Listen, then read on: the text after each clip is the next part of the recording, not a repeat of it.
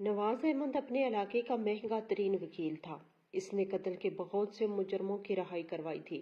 एक बेवा की 16 साल बेटी को 3 लड़कों ने ज्यादती का निशाना बनाने के बाद कत्ल किया और फिर नहर में फेंक दिया। तफ्तीश करने के बाद पुलिस ने इन तीनों मुजरमों को गिरफ्तार कर लिया। लड़कों के घर वालों ने नवाज अहमद से राब्ता किया तो इसने इन्हें तसल्ली दी कि जवानी में बच्चों से अक्सर ऐसा हो जाता है, मैं इनको रहा करवा लूंगा। वकील साहब ने लड़कों के वारसों से 80 लाख रुपए वसूल करके अदालत में इन लड़कों को बेगुनाह साबित करके इन्हें बरी भी करवा दिया। केस में कामयाबी समेट कर वो अदालत से बाहर जा रहे थे कि वही बेवा ने झोली उठा उठाकर इस वकील के सामने ही इसे बद्दुआएं देना शुरू कर दी। इस वकील ने तंजिया अंदाज में कहा कि आज बद्दुआएं देने का कोई फायदा नहीं, क्योंकि नेटवर्क काफी खराब है, तेरी बद्दुआ रास्ते में ही जाएगी। इसने बेवा को ताना दिया कि जब तू अपनी बेटी की इज्जत की हिफाजत नहीं कर सकती तो इसे तूने जन्म ही क्यों दिया था। बेवा बेचारी भलकती हुई वापस घर पहुंची और अपनी छोटी बेटी समेत खुद भी जहर खाकर खुदकुशी कर ली। ठीक 8 साल बाद वकील नवाज अहमद की बेटी की शादी हुई तो नवाज अहमद को बचपन से ही वकील बनने का बेहद शौक था। इसकी वजह ये थी कि नवाज के गांव में एक वकील रहता था जिसके पास महंगी तरीन गाड़ी और एक आलीशान बंगला भी था। पूरे गांव में लोग इस वकील की बहुत इज्जत करते थे। गोया इस वकील की पुरआसाइश जिंदगी से मुतासर होकर नवाज अहमद के दिल में भी वकील बनने की ख्वाहिश कूट कूट कर भरी हुई थी। जिस घराने में नवाज अहमद ने आंख खोली थी, दरअसल वो एक घराना था और इसके अलावा नवाज का बाप, जिसका नाम नईम अहमद था, वो इसी वकील के घर में ही मुलाजमत करता था। एक दिन ऐसे ही बातों बातों में नवाज ने अपने बाप नईम अहमद से पूछा कि अब्बा एक बात तो बताएं। बाप ने कहा, जी बेटा पूछो। फिर नवाज अपने बाजुओं को खोलते हुए बोला कि अब्बा इस वकील के पास इतनी सारी दौलत कैसे आई। इसके बाप ने नवाज को बताया, बेटा वकील जब अपने क्लाइंट का केस लड़ते हैं ना, जब वो अपनी महारत से वो केस जीत जाते हैं, फिर वो इनसे इस केस के ढेर सारे पैसे लेते हैं। ये सुनकर नवाज बड़े जोशीला अंदाज में अपने बाप से कहने लगा, अब्बा देखना मैं भी एक दिन बड़ा होकर वकील ही बनूंगा और फिर मेरे पास भी बड़ी बड़ी गाड़ियां और बड़ा सारा घर होगा। नवाज की मासूमाना बातें सुनकर इसके बाप ने मुस्कुराते हुए नवाज को कहा कि इंशाल्लाह मेरा बेटा एक दिन जरूर वकील बनेगा, लेकिन बेटा उसके लिए आपको दिल लगाकर पढ़ाई करना पड़ेगी। अगर तूने दिल लगाकर पढ़ा तो फिर कभी भी वकील नहीं बन पाओगे। इस पर नवाज ने कहा कि अब्बा मैं जरूर दिल लगाकर पढ़ूंगा और मैं पहले भी दिल लगाकर ही पढ़ता हूँ, क्योंकि मैंने एक बड़ा वकील बनना है। फिर बाप ने बेटे को शाबाश देने के बाद नसीहत करते हुए कहा कि देखो बेटा, जिंदगी मौत का कोई पता नहीं, हो सकता है कल को तुम वकील बन भी जाओ, लेकिन मैं तब तक जिंदा ना रह सकूं। लेकिन जो भी हो जाए सारी उम्र मेरी एक नसीहत जरूर याद रखना, बेटा हमेशा मजलूमों का साथ देना, क्योंकि जालिम का साथ देने वाला खुद भी जालिम ही होता है और जुल्म का अंजाम बहुत भयानक होता है। जिस वकील के घर में मुलाजमत करता हूँ, इस वकील के बारे में मैंने सुन रखा है कि ये सिर्फ इसी शख्स का साथ देता है जिसकी जेब में पैसा हो, चाहे वो हक पर हो या ना हो। इस बात से इसे कोई फर्क नहीं पड़ता। मेरी तुझे ये सख्त नसीहत है कि बेटा तू कभी भी ऐसा मत बनना। फिर नवाज ने अपने बाप से वादा किया कि मैं आपकी उम्मीदों पे पूरा उतरूंगा और हाल हाल में आपकी नसीहत पर अमल करने की भरपूर कोशिश करूंगा। नवाज के बाप ने नईम ने उसे समझाने के लिए गांव के एक चौधरी की मिसाल देते हुए कहा कि एक दिन गांव के गरीब किसान की बकरियां गलती से चौधरी की जमीन पे चरने के लिए चली गईं। चौधरी के खुशामदी मुलाजमों ने इसे बताया कि मंजूर अली की बकरियां आज फिर हमारी फसलों में घुस गई हैं। ये सुनने की देर थी कि चौधरी ने आग भगोला होकर अपनी गाड़ी निकाली और तेजी से जमीनों की तरफ रवाना हो गया और जाते हुए वो गाड़ी में 2 से 3 शिकारी कुत्तों को भी लेकर वहां चला गया। वहां पहुंचते ही चौधरी ने किसान की बकरियों पर शिकारी कुत्ते छोड़ दिए। कुत्तों की आवाज सुनकर बेचारा किसान नंगे पांव ही दौड़ता हुआ आया और चौधरी के कदमों में गिर गया और रहम की अपील करते हुए माफी मांगने लगा। किसान ने कहा, सरदार मुझसे गलती हो गई, मेरा बेटा नादान था, मैंने इसे बकरियां चराने भेजा लेकिन वो इनकी हिफाजत न कर सका और खेलने में लग गया। गलती से बकरियां आपके खेत में आ गई हैं। मैं माफी चाहता हूँ और वादा करता हूँ कि आइंदा ऐसा कभी नहीं होगा। लेकिन चौधरी ने किसान को लात मारकर दूर फेंक दिया और इसकी किसी बात पे यकीन नहीं किया, जबकि शिकारी कुत्ते बकरियों पर हमला करते रहे। इस दौरान 4 से 5 बकरियां मौके पे ही हलाक हो गई और काफी तादाद में बकरियां जख्मी भी हो गई। फिर चौधरी वहां से चला गया। स्कूल के एक सरकारी स्कूल के टीचर, जिसे लोग मास्टर जी कहते हैं, इसे जब इस वाक़े का इल्म हुआ तो वो फौरन ताज़ियत के लिए किसान के पास खेतों में पहुंच गए। मास्टर ने किसान से कहा, चलो मेरे साथ पुलिस स्टेशन चलकर चौधरी के खिलाफ रिपोर्ट दर्ज करवाते हैं। लेकिन किसान ने डरते हुए थाने चलने से इनकार कर दिया और कहा, मेरे साथ पहले भी एक दफा ऐसी ही सूरत हाल पेशी आ चुकी है। अगर चौधरी को पता चल गया कि मैं पुलिस स्टेशन गया हूँ तो वो मुझे जिंदा नहीं छोड़ेगा। मास्टर साहब ने किसान से कहा, अगर आज तुम इस जालिम वडेरे के सामने खड़े नहीं हुए तो फिर कोई भी नहीं होगा। अगर आज तुम चले गए तो कल को बाकी गांव वालों में भी ये शऊर आ जाएगा कि हम कोई भेड़ बकरियां थोड़ी हैं जो चौधरी हम पर अपनी मर्जी से हुक्मरानी करता फिरे। आखिरकार हम भी तो इसी हालत के पैदा किए हुए इंसान है ना, कोई गुलाम थोड़ी है। मास्टर साहब की नसीहत पर अमल करते हुए किसान पुलिस स्टेशन चला गया और चौधरी के खिलाफ रिपोर्ट दर्ज करवाई। थानेदार चौधरी का खास आदमी था, लेकिन इसने रिपोर्ट दर्ज कर ली। फिर किसान से कहा, आप बेफिक्र होकर घर चले जाएं, मैं चौधरी के खिलाफ सख्त एक्शन लूंगा और इसके खिलाफ सख्त कार्रवाई करूंगा। लेकिन जैसे ही मास्टर साहब और किसान पुलिस स्टेशन से बाहर निकले, थानेदार ने चौधरी को फोन किया और बताया, आपके गांव के 2 बशिंदे, एक मास्टर और एक किसान, आपके खिलाफ शिकायत लेकर हमारे पास आए थे। चौधरी ने शिकायत पूछी तो थानेदार ने बताया कि इनकी बकरियां शायद आपके कुत्तों ने कुछ हलाक और कुछ जख्मी की थी। जिस सुनकर चौधरी के गुस्से की इंतहा न रही। इसने कहा, इन लोगों की हिम्मत कैसी हुई मेरे खिलाफ मुकदमा दर्ज करवाने की। लिहाजा फिर चौधरी ने मास्टर साहब और किसान को सबक सिखाने की ठान ली। फिर चौधरी ने अपने मुलाजमों के जरिए मास्टर साहब की अच्छी खासी पिटाई की, जैनी जुल्म करने में कोई कसर ना छोड़ी। फिर इसके मुलाजमों ने हुक्म दिया कि मास्टर साहब के मुंह पे कालक मलवा और इसके टिंड करो। फिर जब मुलाजमीन ने मास्टर साहब का मुंह काला करके इसके बाल काट कर इसकी भी टिंड कर दी तो इस चौधरी ने मास्टर साहब को बगैर कमीज के कई घंटों तक धूप में खड़ा किए रखा। ये सब कुछ चौधरी अपनी कुशादा हवेली में कर रहा था, जिसे लोग भी अपनी छतों पे चढ़कर देख रहे थे। लेकिन बेचारा मास्टर अपनी ये इंतहा की तस्लील होती देखकर बेबसी की तस्वीर बने स्वाय आंसू बहाने की कुछ न कर सका। गांव में कोई इतनी भी हिम्मत न कर सका कि मास्टर को छुड़ाना दूर की बात, चौधरी से रहम की अपील ही कर लेता। हालांकि ये मंजर देखने वालों में मास्टर के बहुत से शागिर्द भी थे। जब मास्टर इनकी तरफ देखता तो वो भी सर को झुका लेते। इसके बाद चौधरी ने मास्टर साहब से कहा, ओ मास्टर, देख लो अपनी हैसियत, गांव के आधे नौजवान तुझसे तालीम हासिल कर चुके हैं, लेकिन आपकी ये हालत देखकर वो भी तुम्हारी मदद करने की जुर्रत नहीं कर सके और बाकी लोग भी सब तमाशा देख रहे हैं। मास्टर साहब तो अपने इल्म से मुझ पर वार करने चला था, लेकिन तुझे क्या पता, ये तो सारा ताकत का खेल है। मेरे पास दौलत और ताकत है, मैं चाहूँ तो पूरे गांव को खरीद सकता हूँ। न सिर्फ गांव बल्कि इनकी गैरत और ज़मीर को भी खरीद सकता हूँ। गांव वाले मेरा कुछ नहीं बिगाड़ सकते, इन्हें भी तुम मेरा गुलाम ही समझो। फिर सजा के तौर पर चौधरी ने न सिर्फ मास्टर साहब का ट्रांसफर दूर के इलाके से करवा दिया, बल्कि इसे गांव से भी बेदखल कर दिया। लेकिन मास्टर साहब ने रुखसत होने से पहले गांव वालों से अपना आखिरी और मुख्तसर सा खिताब करते हुए कहा कि सुनो गांव वालों, जिस तरह आज आप सब ने बेहिस्सी से मेरा तमाशा देखा, याद रखना एक ऐसे ही आप लोग बेज़मीर बने रहे तो कल एक एक करके तुम सारे एक दूसरे का तमाशा देखोगे, क्योंकि जालिम के खिलाफ जितनी देर से तुम खड़े होगे इतना ही ज्यादा तुम लोगों को नुकसान पहुंचेगा। फिर वो मास्टर अपनी राह पे चल दिया। फिर मास्टर साहब के साथ ये वाकया पेश आने के बाद कोई भी टीचर इस गांव में पढ़ाने के लिए राजी ना हुआ और यूं वो स्कूल भी बहुत सालों तक वीरान ही पड़ा रहा। नवाज अहमद ने जब अपने बाप की जबानी इस चौधरी की जुल्म की दस्तान सुनी तो हैरत से पूछने लगा, अब्बा फिर चौधरी का अंजाम क्या हुआ? इसके वालिद ने बताया कि कुछ अरसे बाद ही चौधरी को फालज का अटैक हो गया था, जिससे इसके जिस्म का एक हिस्सा काम करना छोड़ गया था। एक हाथ से वो खाना खाता और छड़ी लेकर एक टांग के सहारे ही चलता। इसके अलावा इसे शुगर भी हो चुकी थी, जिसकी वजह से इसका ब्लड प्रेशर का भी मसला बन गया।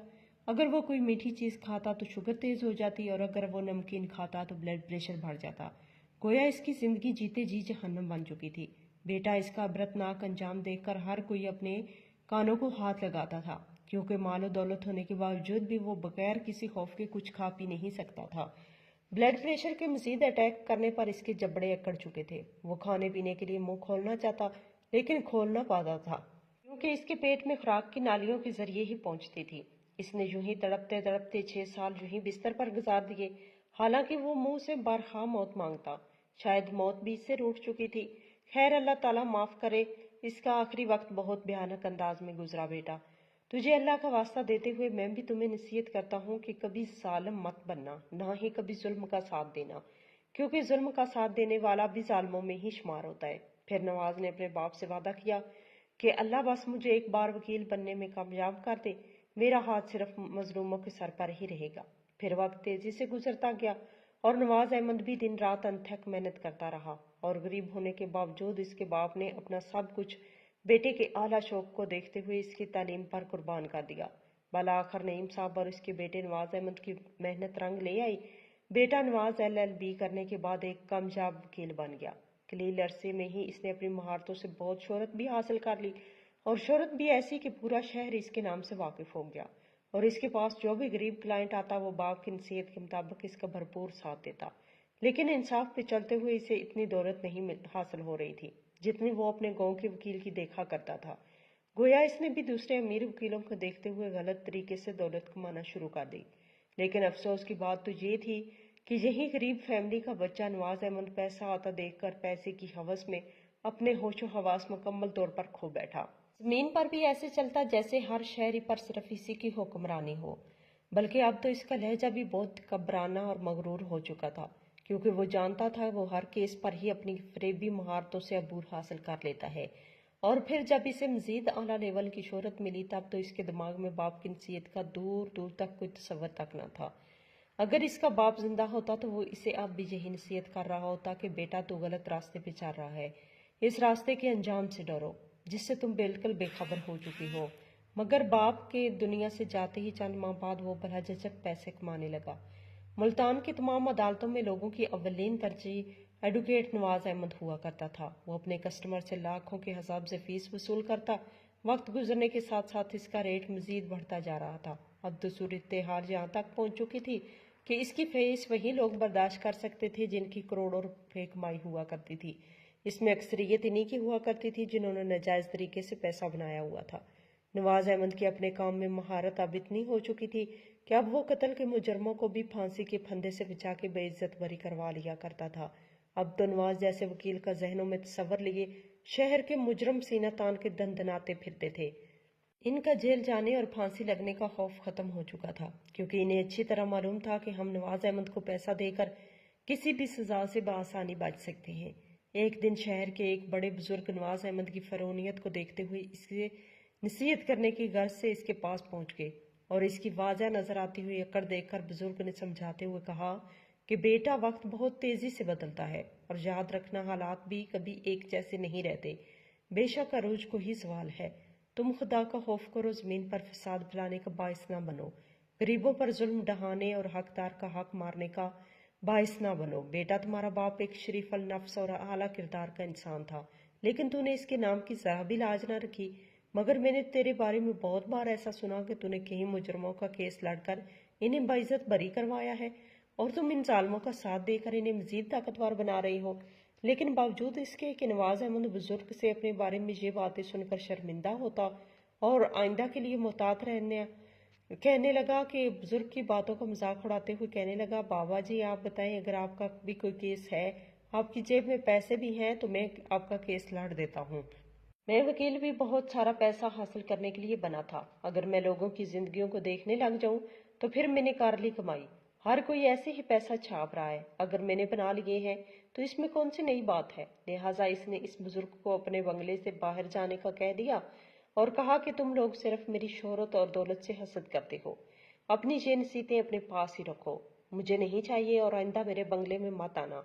आपकी मेहरबानी होगी। अपने काम से काम रखें। मेरे पास सिर्फ वही शख्स आए जिसका कोई केस है और केस के मुताबिक जेब में पैसा भी है। लिहाजा फिर इसने अपनी सिक्योरिटी गार्ड को भी ये बात समझा दी कि ऐसे भूखे नंगे लोगों को आइंदा यहाँ आने की हरगिज इजाजत ना देना। ये मई का महीना था। एक बेवा औरत की बमुश्किल 16 साल बच्ची अपने जानवरों को पानी पिलाने की गर्ज से नहर किनारे पानी भरने में मसरूफ थी। इस दौरान किसी चौधरी का उबाश बेटा, जो इस लड़की पर बहुत दिनों से घात लगाए बैठा था और इसे कोई मौजू मौका नहीं मिल रहा था, आज इसके पास अच्छा मौका था। लिहाजा चौधरी का वो उबाश बेटा अचानक अपने आवारा दोस्तों के हमरा इस लड़की के सामने आया और इधर उधर देखकर लड़की के मुंह पे हाथ रखा और गाड़ी में डालकर गाड़ी भगा दी। जब लड़की अपने दफा में चीखें मारने लगी तो उन्होंने चलती गाड़ी में लड़की की चीखों को छुपाने के लिए गाने की आवाज को बुलंद कर दिया ताकि किसी के कानों में इसकी आवाज न पहुंच सके। चलती गाड़ी में वो सब बारी बारी लड़की को ज्यादती का निशाना बनाते रहे। एक बार भी नहीं, कई बार ये अमल दोहराते रहे। वो बेचारी मजलूम मदद के लिए चीखों पुकार करती रही, लेकिन किसी तक भी इसकी पुकार न पहुंच सकी। फिर रास्ते में पुलिस की चौकी आ गई। जब गाड़ी वहां से गुजरने लगी तो पुलिस वालों ने देख लिया कि ये चौधरी का बेटा है, और इन्हें ये भी इल्म हो गया कि गाड़ी में एक अगवाशुदा लड़की भी मौजूद है। जवान के लिए एक शिकार है, मगर अफसोस इसके बावजूद पुलिस वालों ने मजलूम की कोई मदद ना की, बल्कि उल्टा मजाक में चौधरी के बेटे को कहा कि जब माल से आप अच्छी तरह दिल भर जाए तो फिर हमारा भी जरा ख्याल करना। चौधरी का बेटा और इसके अजाज दोस्त सब शराब के नशे में धुत थे और बुरी तरह लड़की को नोचते रहे। फिर उसका बुरा हाल करके मजीद इसे पुलिस की चौकी पर फेंक गए। फिर अंदरूनी चोटों से नडाल लड़की की इज्जत के साथ पुलिस वाले भी कई घंटों तक खेलते रहे। फिर आखिर में पसीने से शराबोर लड़की से कहा कि अब तुम्हारे लिए बेहतर यही है कि तुम चुपचाप अपने घर चली जाओ, वरना हम तुम्हारा और तुम्हारी माँ दोनों का खात्मा कर देंगे। लड़की के साथ जुल्म ही इतना किया गया था कि अब इसे मौत से भी खौफ नहीं आ रहा था। लिहाजा लड़की ने बुलंद आवाज में चिल्लाकर कहा कि ऐसा सोचना भी मत कि मैं खामोश रहूंगी। मैं पूरे शहर में तुम लोगों की करतूतों का राज फाश करूंगी। जब इस लड़की ने जुनूनियत की ये इंतहा की तो घबरा कर एक पुलिस वाले ने चौधरी के बेटे को फोन मिला दिया और कहा कि चौधरी साहब, लड़की का खौफ तो खत्म हो चुका है, अब तो इसे मौत से भी खौफ नहीं आ रहा। हमें पक्का यकीन है कि ये आला हकाम के पास जरूर जाएगी और किसी मीडिया वाले के भी हाथ चढ़ जाएगी। इससे न सिर्फ हमारी वर्दी को खतरा है, बल्कि ये तुम्हारे बारे में भी सब उगल देगी। आपको मालूम है आजकल मीडिया का दौर है, खबर तो पल भर में करोड़ों लोगों के पास पहुंच जाती है। हमारी वर्दी तो उतरेगी ही, साथ तुम्हारा बाप भी इलेक्शन नहीं जीत पाएगा। इसकी सियासत पर भी एक सा धब्बा लग जाएगा और सारे खानदान की बदनामी अलग होगी। आप अगला हुक्म दें, इस जुनूनी लड़की का क्या किया जाए। चौधरी ने मुस्कुराकर कहा कि अगर वो बेखौफ है तो फिर तुम भी बेखौफ हो जाओ और इसकी कहानी को खत्म कर दो। जैसे ही चौधरी की इजाजत मिली तो पुलिस वालों ने पलक झपकते ही इस लड़की को ठिकाने लगाकर नहर में फेंक दिया। फिर जब इस लड़की के आसपास के गांव का एक किसान अपने खेतों में पानी लगाने में मसरूफ था तो इसे नहर के पानी में तैरती हुई लड़की की लाश नजर आई। लाश देखते ही वो किसान चौंक उठा और मजीद इसने लड़की को भी पहचान लिया, क्योंकि इसकी माँ ने आसपास के तमाम गांवों की मसाजिद में ऐलानात करवा रखे थे। वो बेचारी गरीब थी, एक आध छोटी मोटी अखबार ने इसकी खबर लगा दी, लेकिन बड़े अखबारात में खबर लगाने की इसमें इस्तात नहीं थी, इसीलिए इसने गांव के तमाम मसाजिद में ऐलानात करवा दिए थे। खैर, जब किसान ने लड़की पहचान ली तो फौरन इसे पानी से बाहर निकाला और इसकी माँ को इतला दी। पूरा गांव इस मासूम लड़की के इस इसरार कत्ल पर हैरत में मुब्तला था और परेशान भी था, क्योंकि इनके अपने घरों में भी जवान बेटियां थी।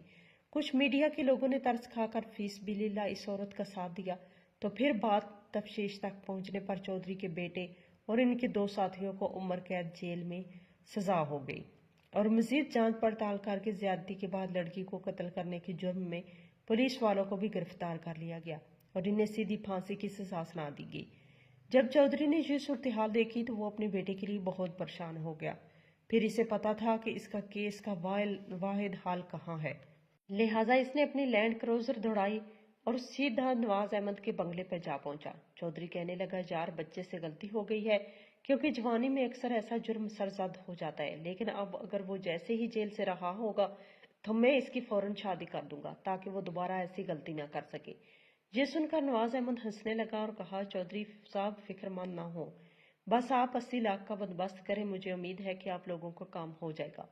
फिर क्या था, नवाज अहमद ने इस चौधरी के बेटे का केस लड़ा और अपनी चालाकी और जहानत से वो केस जीतने में कामयाब हो गया और बदले में रेप और कत्ल का झूठा इल्जाम एक मजदूर गरीब पर लगा दिया, जो बेचारा अक्सर इस नहर से अपनी जमीनों को पानी लगाता था। बेटी की रिहायत पर चौधरी ने नवाज को जोर से गले लगाया और कहा कि आज शाम बेटे की रिहाई की खुशी में एक बड़े जश्न का एहतमाम होगा, आपको भी खुसूसी दावत दी जाती है। नवाज जब खुशगवार मूड में अदालत से आते से बाहर आया, वो बेवा औरत अचानक नवाज के सामने आ गई और आते ही कहा कि खुदा का खौफ करो, बड़ी मुश्किलों से मेरी मजलूम बेटी के कातिल पकड़े जा चुके थे और हम मजलूमों को इंसाफ मिल चुका था।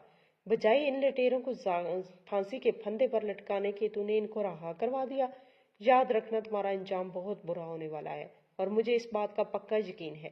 لیکن نواز نے اسے کہا، بڑھیا میرا دماغ خراب نہ کر، میرے راستے سے ہٹ جا۔ بیوہ جھولی اٹھا کر اسے بددعائیں دیتے ہوئے کہنے لگی کہ خدا کا قہر نازل ہو تجھ پر، تو نے مجھے برباد کر دیا۔ نواز نے اس بیوہ عورت کا مذاق اڑا کر کہا کہ مجھے بددعا دینے کی کوئی ضرورت نہیں، اور تمہاری بددعا ویسے بھی آسمان تک نہیں پہنچ جائے گی کیونکہ آج نیٹ ورک صبح سے ہی خراب ہے۔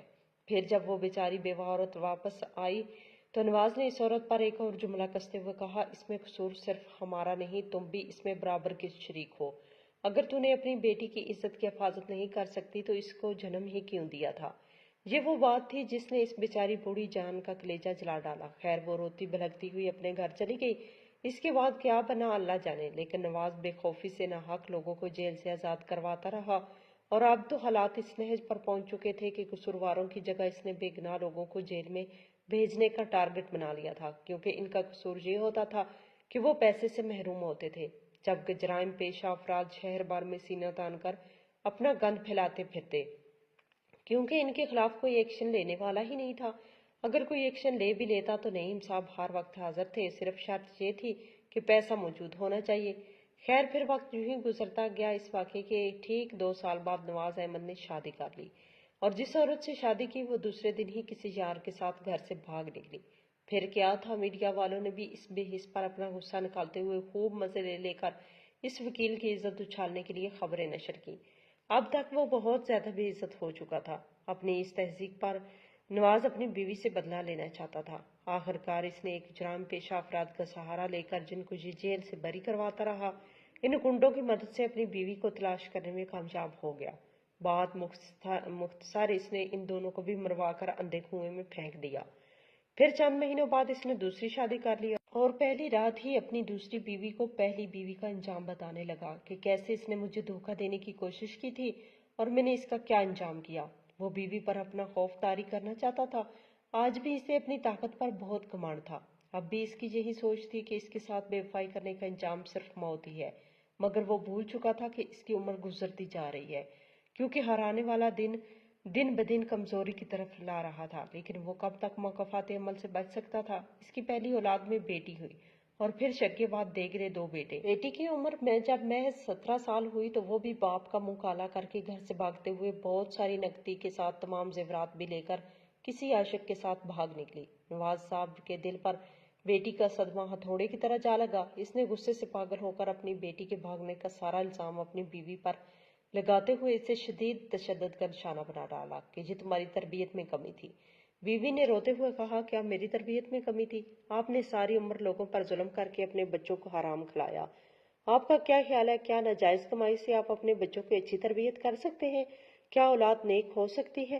بیوی کے یہ الفاظ سن کر وہ آپس سے باہر ہو گیا، کیونکہ زندگی میں آج پہلی بار اس کی بیوی اس کے سامنے بے خوف ہو کر بولی تھی اور تلخ حقیقت بیان کی تھی۔ اس نے اپنی بیوی پر ایک بار پھر سے شدید تشدد کرتے ہوئے اسے بھی بہت جلد قتل کرنے کی دھمکی دے ڈالی۔ پھر جب وہ کسی کام کے سلسلے میں گھر سے باہر گئے تو بیوی ڈر کے مارے اپنے دونوں بیٹوں کو لے کر اپنے سسرال چلی گئی، لیکن سسرال والوں نے کہا کہ آپ کے ساتھ ساتھ ہم بھی مارے جائیں گے۔ وہ بھی ڈرتے ہوئے اپنا پورا خاندان لے کر جرمنی چلے گئے۔ جب شام کو نواز احمد بیوی کو مارنے کی غرض سے گھر آیا تو وہاں ملازموں کے علاوہ کوئی بھی موجود نہیں تھا، اور پھر اسے مزید بھاگ دوڑ کرنے سے یہ بھی بہت جلد معلوم ہو گیا کہ اس کا مکمل کنبہ بیرون ملک مقیم ہو چکا ہے۔ غصے سے اس کا برا حال ہو چکا تھا۔ اب اتنے بڑے بنگلے میں ملازمین کے درمیان اکیلا رہ رہا تھا۔ ہر وقت وہ سوچوں میں گھوم رہتا۔ عمر بھی ضعیف افراد میں شمار ہونے لگی تھی، اور شادی کر کے گھر بسانا بھی اسے وقتی کھیل تماشا نظر آ رہا تھا، کیونکہ بڑھاپے کا سہارا تو جوانی میں شمار ہونے والی اولاد باہر جا چکی تھی۔ خیر اس واقعے کو گزرنے سے 1 مہینے بعد جب نواز احمد صاحب جلدی سے اپنے بنگلے میں داخل ہو کر ہال میں داخل ہونے لگے تو فرش پر پانی گرنے کی وجہ سے اس کا پاؤں بہت زور سے پھسلا، اور نواز صاحب کا سر بڑے زور سے دیوار کے کونے میں جا لگا، اور جب اسے اسپتال لے جایا گیا تب تک اس کی سر سے کافی خون بہہ چکا تھا۔ جب اسے 10-12 گھنٹوں کے بعد ہوش آیا تو تھوڑا بہت اپنا دماغی توازن بھی کھو چکا تھا۔ خیر ڈاکٹروں نے کچھ ادویات تجویز کی اور نواز صاحب کو گھر بھیج دیا۔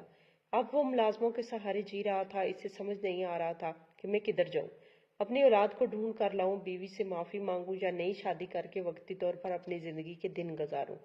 हर वक्त सोचों में गुम रहने की वजह से इसके दिमाग में आने वाली चोट आहिस्ता आहिस्ता इसकी बिनाई पर भी असरअंदाज होने लगी और इसकी बिनाई आहिस्ता आहिस्ता खत्म होने लगी। दिमागी चोट और परेशानियों की वजह से वो बहुत चिड़चिड़ा हो चुका था।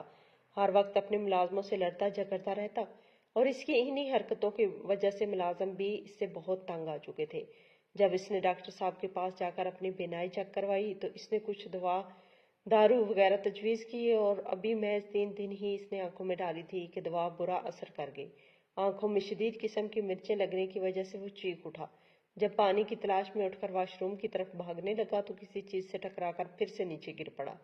अब सूरत हाल ये थी कि इसकी बिनाई भी जा चुकी थी और एक साइड का कंधा भी काम करना छोड़ चुका था। वो सारा दिन मुलाजमों को मदद के लिए पुकारता रहता। मुलाजमों के दिल में आता तो वो इसकी थोड़ी बहुत खिदमत कर देते, जब दिल करता ना करते, लावारिस पड़ा रहने देते। और अब तकरीबन 2 माह के अंदर ही मुलाजम इसके घर का भी काफी हद तक सफाया कर चुके थे। लिहाजा आप अगर हाजत के लिए भी मुलाजमों को पुकारता तो वो अनसुनी कर देते और यूं वक्त के फिरौन नवाज अहमद साहब का पेशाब बिस्तर पर ही निकल जाता। फिर बिस्तर धोना तो दूर की बात, मुलाजमीन बिस्तर बदलना भी मुनासिब न समझते थे। यूं वकील साहब इसी बदबूदार गीले बिस्तर पर जिंदगी गुजार रहे थे। वो हर वक्त खुदा से मौत मांगता, लेकिन इसकी ये दुआ भी कबूल ना होती। जिन बेटों को वो जान से ज्यादा चाहते थे कि ये मेरे बुढ़ापे का सहारा बनेंगे और मेरे काम और नाम को जिंदा रखेंगे, इन्हें खबर ही नहीं थी कि हमारा बाप चंद माह में ही कैसी अजियतनाक जिंदगी गुजार रहा है। भला आखिर फिर इस सूरत हाल में नवाज साहब ने बमुश्किल 15 दिन ही गुजारे होंगे, फिर दुनिया से इबरतनाक तरीके से चल बसे। दोस्तों, आज की कहानी से क्या सबक सीखा, कमेंट सेक्शन में हमें अपनी कीमती राय से जरूर आगाह कीजिए और वीडियो अच्छी लगे तो वीडियो को लाइक करने के साथ साथ मजीद ऐसी नई वीडियो देखने के लिए